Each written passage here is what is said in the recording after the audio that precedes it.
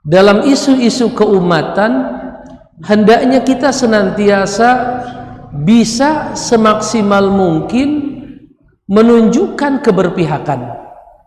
Itu penting. Selain kita tabayun, kita pun harus menunjukkan apa? Keberpihakan kepada hal-hal yang terkait dengan kemaslahatan umat, kaitan dengan aset umat, kaitan dengan potensi umat. Itu harus ada sisi apa? Keberpihakan. Artinya jangan sampai kita ini seperti orang-orang yang menunggu orang lain salah, sehingga ketika salah tuh kan jadi jangan senang melihat kesalahan orang, tapi sedih kita melihat kesalahan orang. Itu yang kita sebut dengan keberpihakan. Sehingga kalau ada keberpihakan, ketika pun terjadi kesalahan yang dilakukan oleh saudara kita, semangatnya adalah watawasau bil haq watawasau bis sabr. Kan begitu. Bagaimana kita menjaga kehormatan saudara kita. Itu yang kedua.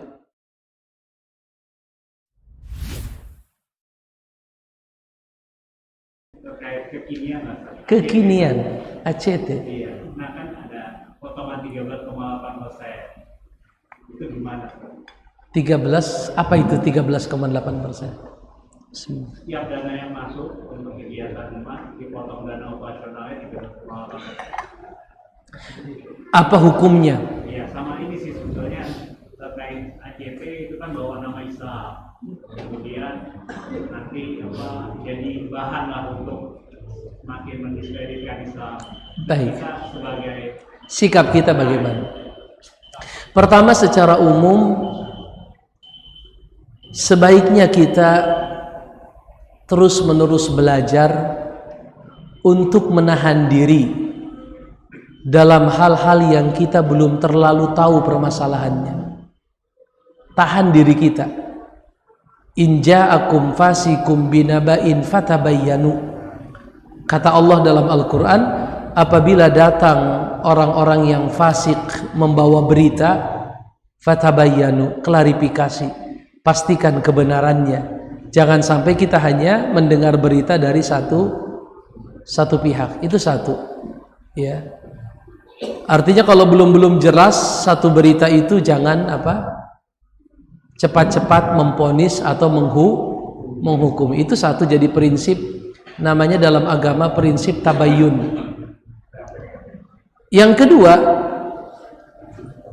hendaknya kita ini juga, selain kita memiliki prinsip tabayyun, menurut saya ya, dalam isu-isu keumatan hendaknya kita senantiasa bisa semaksimal mungkin menunjukkan keberpihakan.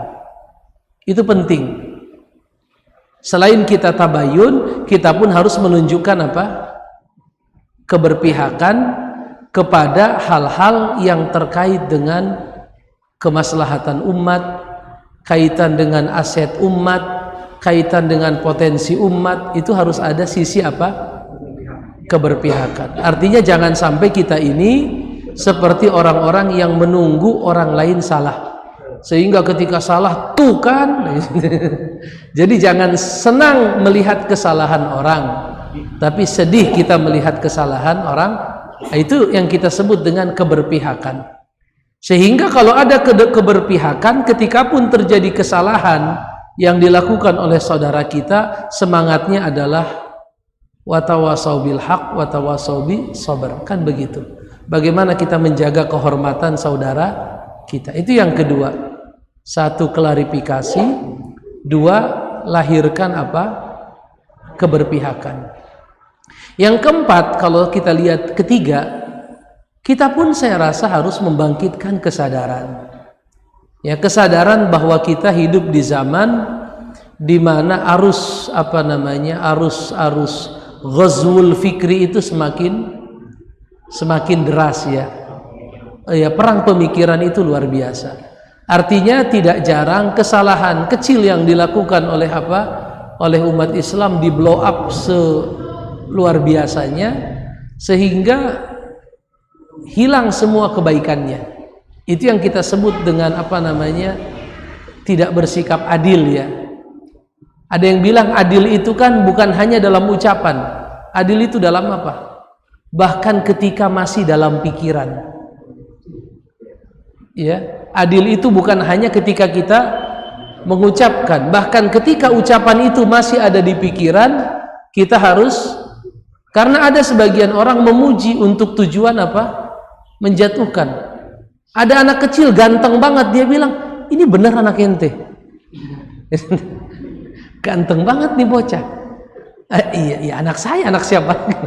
Artinya dia nggak yakin karena kok beda, anaknya ganteng, bapaknya kurang. Artinya ketika di pikiran pun sudah apa? Kurang adil. Jadi berbicara itu adil bahkan ketika masih di mana? Di pikiran, kata sebagian orang. Adapun kaitan dengan masalah yang ditanyakan oleh Abu Alman, ketika ada donasi, boleh nggak diambil 13 sekian persen? Tergantung akadnya apa itu. Kalau akadnya zakat, maka maksimal hanya 1/8. Itu pun kalau kita kategorikan sebagai amil, kan begitu.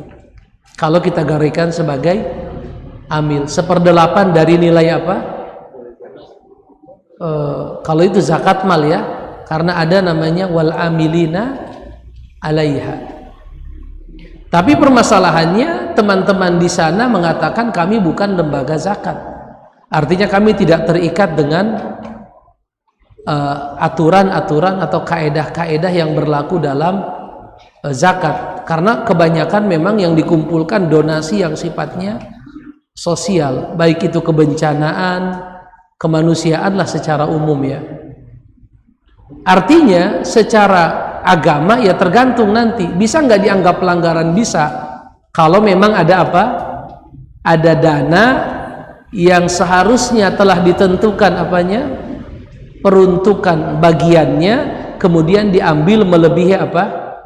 Ketentuan agama. Bisa saja terjadi pelanggaran, tapi kan harus dipastikan ini dana yang dikumpulkan zakat bukan. Mereka mengulang-ulang, saya lihat, kami bukan lembaga zakat, tapi kami lembaga kemanusiaan. Berarti yang dipermasalahkan adalah bukan dari sisi pelanggaran syariat. Kalaupun ada pelanggaran syariat, lebih kepada masalah etika saja. Etika dalam arti kepantasan. Dan kepantasan itu kan kadang sesuatu yang sangat relatif ya. Artinya kalau dikatakan 250 juta, itu 250 juta itu dari berapa nilainya? Kalau yang saya tahu itu nilainya dari sekitar berapa? Oh, enggak, lebih dari itu, 500. Kalau dihitung operasional tahunan, itu total gajinya itu 3 miliar per tahun. 3 miliar itu kalau diambil uang yang masuk sekitar 500 miliar per tahun, itu hanya, kalau saya nggak salah saya baca 0,06, hanya sekitar berapa? 0,06%. Artinya kan ke apa namanya ya? Tadi yang kita katakan apa? Kalaupun ada pelanggaran agama, lebih ke orang mempermasalahkan masalah etika. Anda ini ingin membantu orang-orang miskin, tetapi Anda mengambil biaya yang sangat besar. Tapi kan itu sifatnya relatif. Relatif dalam pengertian ketika dana yang dikelola adalah sampai misalnya 500 miliar atau mungkin mencapai 1 triliun dan lain sebagainya. Ya, mungkin mereka punya standar. Mereka katakan untuk pimpinan kita kasih 0,0. Artinya itu akan menjadi bahan perdebatan. Layak tidak layaknya. Artinya secara etika pun belum tentu dianggap apa? Salah kan? Artinya ini sangat perlu sekali kita melakukan apa? Klarifikasi.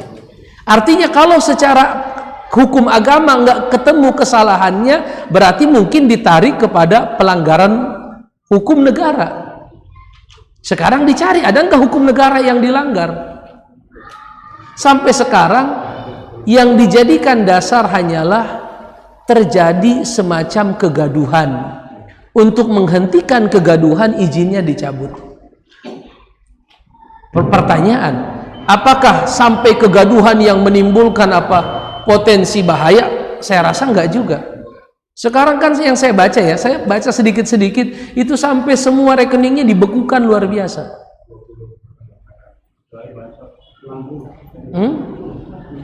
60 rekeningnya dibekukan total. Dan itu dana umat. Itu dana, artinya kalau ada dana umat yang hilang 0,0 sekian persen, lalu selebihnya dikemanakan? Itu akan dikemanakan? Iya. Artinya lebih parah mana? Hilang 0,0 sekian persen atau hilang sekian manfaat, sekian puluh persen, lebih besar mana? Artinya ada orang yang selama ini mungkin mendapatkan bantuan, akhirnya kan sekarang isunya dibawa kepada isu-isu yang sifatnya terorisme, pendanaan ke Syria, itu akhirnya dibawa ke arah sana. Artinya pelanggaran pidananya belum ada, tetapi sudah diangkat dengan sangat luar, melebihi porsinya barangkali ya, melebihi porsinya. Itu yang harus, yang menjadikan kita ke depannya harus lebih hati-hati ya, harus lebih hati-hati ya, bahwa kita sedang berada di tengah-tengah ghazwul fikri, perang pemikiran. Allahu a'lam bishawab. Dan juga ketuanya saya dengar sudah mundur, sudah 1 tahun diberhentikan juga, artinya harusnya sudah selesai. Kenapa kok setelah 1 tahun ketuanya diberhentikan, diangkat lagi? Dan konon katanya karena ada persaingan dari dalam, orang dari dalam itu keluar, setelah dia keluar dia diwawancara oleh salah satu media yang kita kenal juga selama ini. Wallahu a'lam bishawab. Tapi yang hubungannya dengan sosialnya ACC ini akan meminta pintu yang lain juga. Yang itu juga ini akan menjadi sebuah pendidikan yang lain juga. Lembaga-lembaga yang sekarang bisa jadi. Kalau yang sekelas ACT yang besarnya luar biasa, nilainya luar biasa, tanpa ada pidana apapun dilakukan, tidak ada norma agama yang dilanggar, dengan mudahnya nggak ada istilah asas praduga tak bersalah, itu tidak ada. Wallahu a'lam bishawab.